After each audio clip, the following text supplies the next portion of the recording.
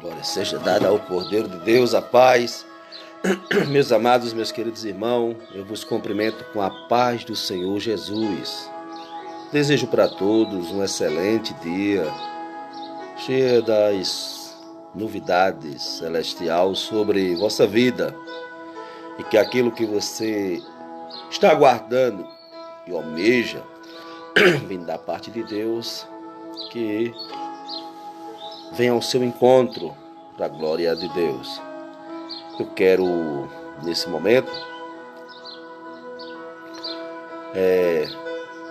chamar a vossa atenção no livro de 2 Coríntios, capítulo 4, versículo 4, que diz assim: nos quais o Deus deste século cegou os entendimentos dos incrédulos, para que não lhe resplandeça a luz do Evangelho da glória de Cristo, que é a imagem de Deus. Amém? Meus queridos, eu vejo a preocupação paulina nessa carta, justamente de apresentar o ministério Cristo. E apresentar o ministério Cristo é apresentar um evangelho justamente não pedagógico, não geográfico, não teólogo, mas sim um evangelho de cruz, um evangelho com seus fundamentos. O evangelho que Paulo sempre se preocupou em conduzir, justamente era um evangelho genuíno, um evangelho aonde ele expôs o seu carinho pelo evangelho e tratara dos assuntos justamente de acordo com o que Cristo determinou. Ele diz no versículo 4, nos quais o Deus desse século cegou o entendimento dos incrédulos. Meus queridos, eu comecei esta madrugada a me preocupar um pouco com a nação cristã. E por tão pouco nós estamos vendo e caminhando para um trajeto final, onde humilhantemente nós estamos rotineiramente acompanhando escândalo, acompanhando irmão com irmão, tendo ira, com falsidade, acusações.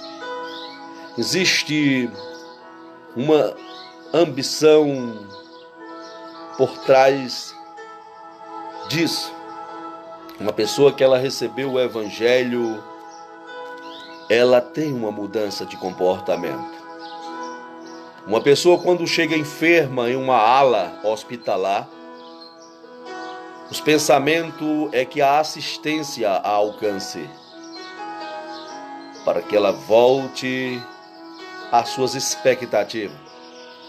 E ela quer retornar o mais rápido possível às suas atividades.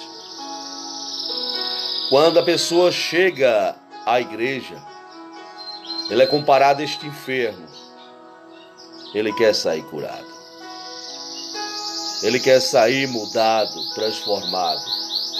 E quando o evangelho é aceito por essa pessoa, para que haja uma mudança, plena convicção tenhamos nós que haverá mudança na vida dessa pessoa. O Deus desse século cegando o entendimento das pessoas.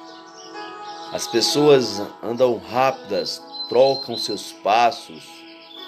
As pessoas andam cabisbaixo.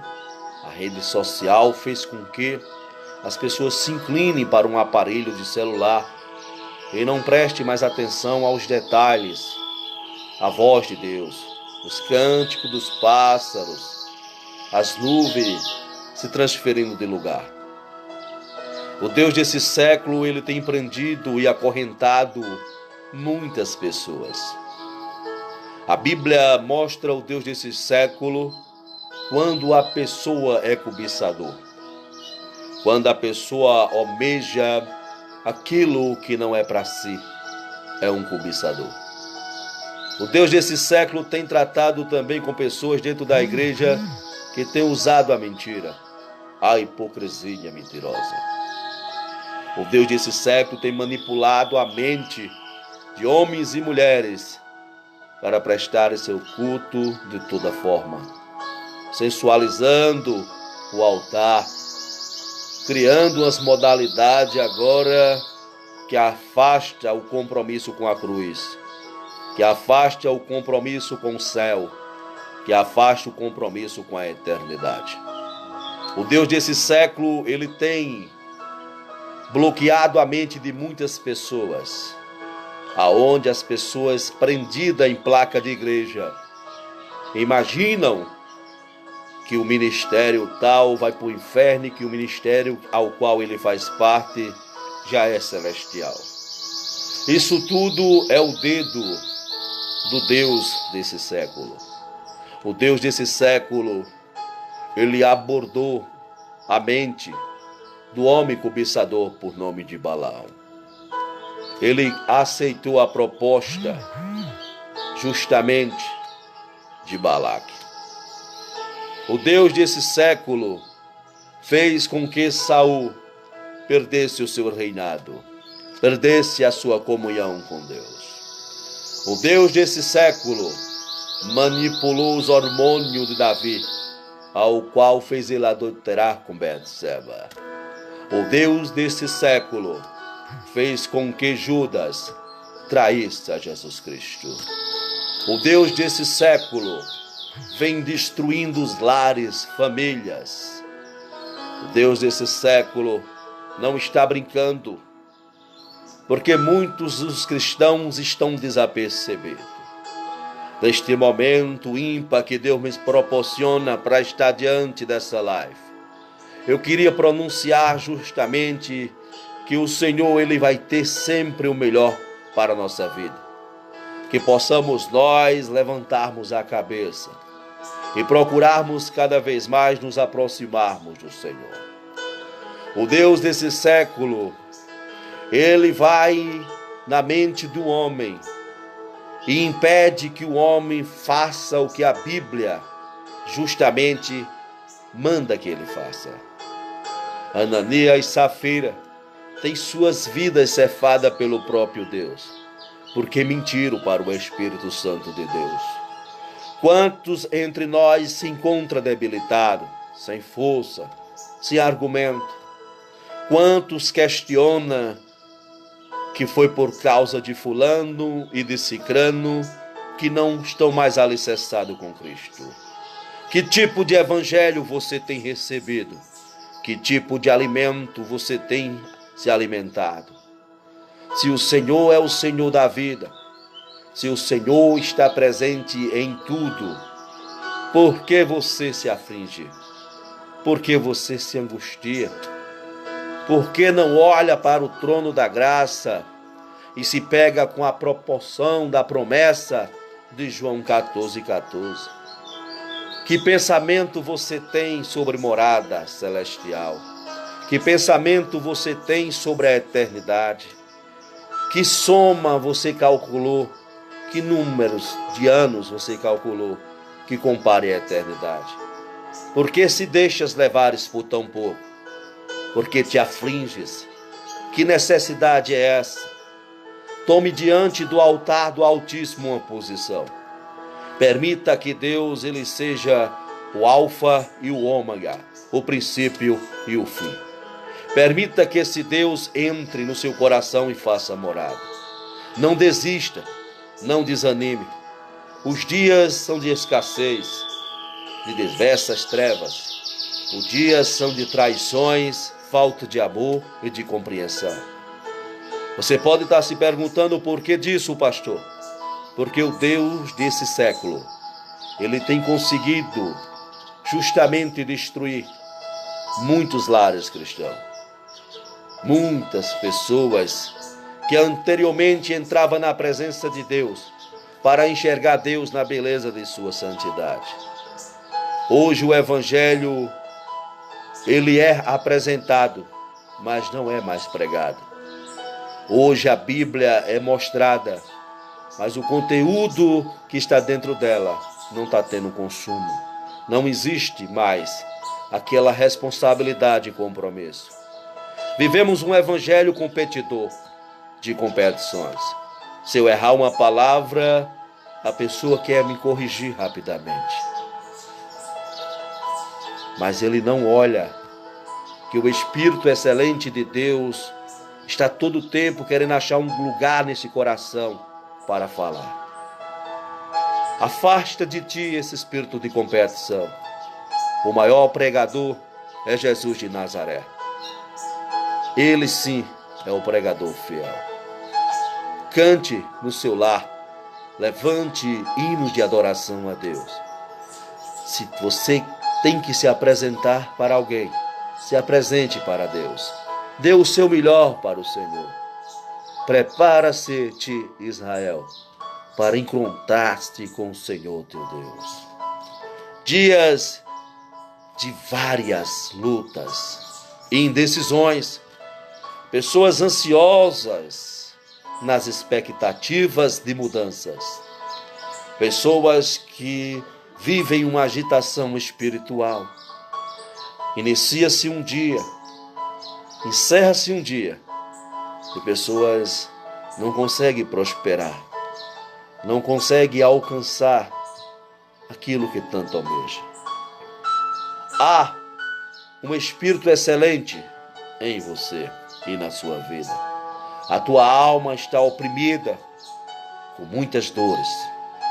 Há dias em que você está avivado, forte, mas com as consequências das decepções. Muitas das vezes deixamos de olhar para Deus. E as coisas impressionantes e decepcionantes vêm de menos ou de onde nós menos esperamos. Mas do Senhor vem o brilho, a esperança, que as nossas expectativas sejam voltadas para Cristo. Que o Deus desse século não venha nos manipular nossa mente. Que possamos nós cumprimentarmos um ao outro com óculos santos, com beijos e abraços santos. Saudarmos um irmão sem maldade. Termos experiência que podemos nos retirar de um grupo de irmãos, que nosso nome não vai ser justamente bombardeado. Temos que viver um evangelho de preocupação. Um evangelho que se encontra no livro de Atos dos Apóstolos, no capítulo de número 12. Quando a igreja sofreu uma grande perseguição, onde mataram Tiago e prenderam Pedro, nós vimos que a igreja ela orava continuamente. A igreja ela tem que voltar justamente ao primeiro amor. A igreja ela tem que voltar a adotar o jejum e a oração, para que depois que tiver feito o seu altar, o Espírito de Deus habite. Nós temos que enxergarmos que os dias estão muito rápidos, as coisas estão acontecendo com muita precisão. E o dia do Senhor está próximo. Que darei eu, Senhor, por todos os benefícios. Meus queridos, essa breve saudação é uma orientação vindo da parte de Deus para a nossa vida. Eu queria te abençoar e te dizer que você é um canal de bênção e que há transformação na sua vida. Há uma grande mudança em sua vida. Permaneça alicerçado em Cristo. Permaneça divulgando a paz que existe em você através do seu comportamento e das suas atitudes. Eu desejo como ministro da bendita e poderosa palavra de Deus. Eu ministro a presença do Senhor em tua vida, na tua família, nas tuas finanças e na tua saúde. Eu ministro que Deus vai de encontro neste momento a este caroço. E eu ministro a destruição deste câncer. Eu ministro nesta manhã, neste dia, a presença favorecida de Deus entrando em todas as áreas da sua vida. Ergue tão somente a cabeça e receba de Deus. Seja essa pessoa privilegiada por Deus neste momento. Meus queridos, sentindo de Deus em compartilhar essa live e convidar outros amigos. Abençoe, seja um abençoador. Não estou aqui para me estender e não estou aqui para, através dessa live, conseguir o máximo de visualização e pessoas compartilhando. Não. Estou aqui como uma trombeta, como uma voz de Deus. Estou aqui como ministro do Evangelho. Eu estou aqui, irmão, e daí a pouco sairei para rodar na minha moto de mototáxi, para ganhar meu pão, meu sustento. Mas há uma preocupação grandíssima. A terra está agitada. O mundo está agitado. O homem ele está com um pensamento de animal. Ignorante. Quer resolver tudo na mão. E não permite que Deus traga a paz. Mas ainda existe uma esperança para a árvore, que mesmo ela tendo sido cortada, ela tem uma raiz. E essa raiz, ela é quem vai fazer a diferença. Que Deus abençoe a cada um rico e poderosamente. No nome santo do Cordeiro de Deus, Jesus Cristo. Amém e amém.